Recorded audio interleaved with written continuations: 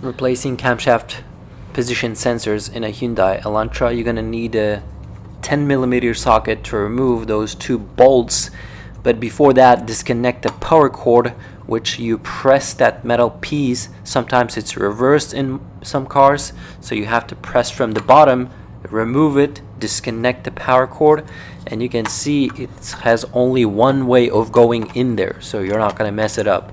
So unscrew, basically unbolt that bolt, remove it, make sure you don't lose it, and slowly just pull this out.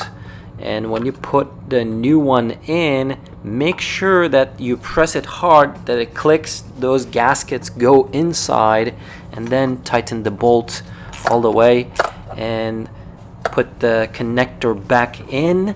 And then you can switch to the other side, which is in the back side of that engine cover, and same procedure. Basically, you're gonna unclip it and just remove the bolt and install the new one, and that's very simple, maybe like 5-minute job for anyone to do that. So I hope it helps.